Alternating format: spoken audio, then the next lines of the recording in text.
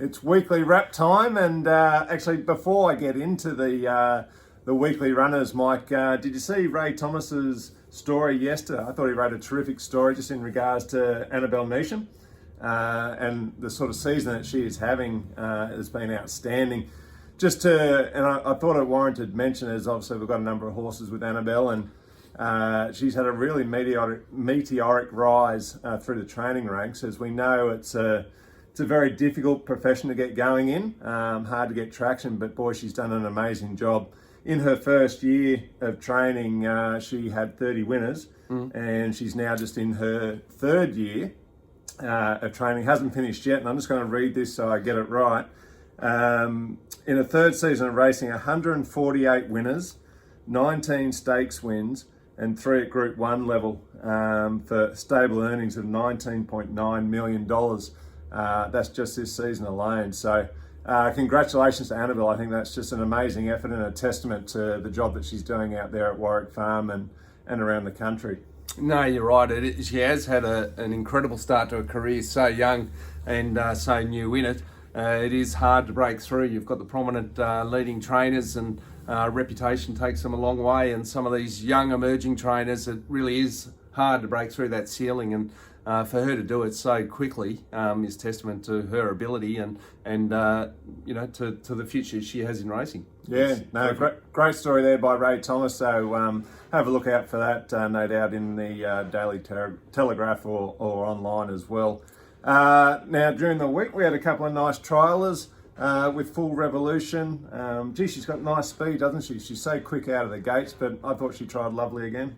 Yeah, I love it when they jump like a gazelle, don't they? But so off to the races now, so fully tuned up for her return, and we know she goes well fresh because she almost won there on debut last prep. So looking forward to seeing her and Soroyan get through to the races now in the next couple of weeks. Yeah, Soroyan was the other trialer there who likewise trialled well. I thought it was really pleasing to see him strong late in the trial. So, as you say, both of them off to the races very shortly. So keep an eye out for them, and you'll be hearing from us in regards to them in the next week or two. Now, this afternoon we're racing at Goulburn. Sam's in the car as we speak, and heading down. We've got 2 horses going head to head. Dubai Showgirl and Nullify. It's going to be a really interesting race, and a couple of horses. I guess they're not there to peak in their preparations just yet. That we want to see them peaking in a couple more races' time. Yeah, well, I think the whole Triple Crown team of owners will be aware of that from what we've said in previous weeks. But they're on a bit of a mission, those two, trying to get them to the highway races, and they need to qualify with 3 runs under their new country trainers under their belt before they can become eligible for those highway races. So we're just at race number 2 for both of them. Nullify's flying, really. She's going particularly well. So we'll see what happens today, but we just wanted to see a nice strong performance again from her, and we'll know that we're on track. And Dubai Showgirl is much better placed today, and we're just going to consolidate with this run before we step her up in trip. She obviously needs to get up to that sort of mile distance, but over the 1300 we're going to consolidate with the fitness, and hopefully we'll see some improvement in her. A good stepping stone there. And talking about being in the car, that's exactly where I'll be tomorrow as I drive down to Kembla Grange to watch Cadal make his debut, which is exciting. Son of Capitalist, trialled really well leading into this. Probably he's having his first up run over 1,300 metres, which is interesting, but I think it'll suit this horse. Yeah, I think so too. I think if we're going to take anything out of his trials, it is that he has an engine. He has his fair share of ability, we believe. You never quite know until you get them to the races, do you? But the one thing that possibly is against him a little bit is he's slow away from the gates. Each time I've sort of seen him step out so far, so he may get buried back a little bit. But other than inexperience, look for him to hit the line very strongly, and I think he'll go well. I think he's a very nice horse. Yeah, we've got the Singing Irishman on board, Robbie Dolan. Carrying 56.5 kilos, so I think he'll be very strong late. So as long as that inexperience doesn't get in his way, I think he'll be right there with a bit of luck. So good luck to all those owners as he makes his debut. On Wednesday, Canterbury, good old Zoo Prince, the big fella, is back in action, having his second start after running second on debut at the same track. Yeah, for sure. And look, I think he'll take improvement from that run, mainly for the reason he is big, gross type of horse, and also most horses do improve from their first run to their second run. So he'll take some benefit from that. I think the step up in distance to 1250 metres from the 1100 will be to his liking as well. So there's a couple of things there that I think will be in his favour, and let's just hope he can repeat what he did last time and put in another strong performance. Yep, no, looking forward to that. Now, red hot tip time. I did actually cop a bit of criticism the other day at the races for my tips last week, so Getting apologies. heckled, eh? Yeah, I was, unfortunately.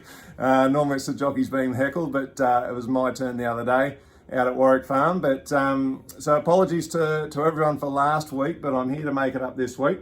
First of all, I'm going to go at Rose Hill. I've got a few for the people today. Rose Hill in the McKell Cup. Annabelle Neesham's horse, a stayer, Boy D'Argent. D'Argent. I think that's maybe how you pronounce it. Over 2,000 metres, and Regan Bales on board. It is top weight, but was a last start winner over the same trip as well, and I think it should be running very well again. And then I'm going to go down to Flemington, race 4. I've got Poland with Blake Shin on board. Is first up, not a known first up horse, has won once before. Aren't you going to tip him anyway? I am. So I'm going against the grain, and if people are feeling brave and want to get on there, you might turn $1 into about $3 or $4 by the end of that race. And then race 6, King Magnus is who I'm going to go for there with Thomas Stockdale on board. 61.5 kilos on, but with Thomas's claim, it's down to 60, and he's going for 3 wins on the trot. Thomas has been on board for the last 2 wins. Fingers crossed they can go 3 in a row. Yep. Well, I said last week that I was going to come back with some tips this week, and I've done that. It's worth the wait. Yeah, a couple of difficult to pronounce horses. So I'm going for race 1, a shorty. But if you put one house on, you get surprise. 2 houses back. 2 to La Vita. Who was that, sorry? 2 to La Vita, I think it is. Moral beaten last start, and looks to have panels on these, so I'd expect a win. Panels, okay. I'd expect to have a win there tomorrow in race 1 there at Rose Hill. And then what concerns me is I've gone the same horse as you in the McKell Cup. Oh. So, Bois d'Argent. So look out. I'll go each way on that one. That is a red hot tip then, we're both on board. Now the other thing I think we should mention too is our Hellbent filly that we've got shares available in at the moment. She goes into breaking in tomorrow out at Muskoka Farm. A really lovely, big, strong, powerful type of filly, isn't she? Yeah, she is. Excellent filly, and do yourselves a favour and have a look at the website if you haven't had a look at the video of her yet.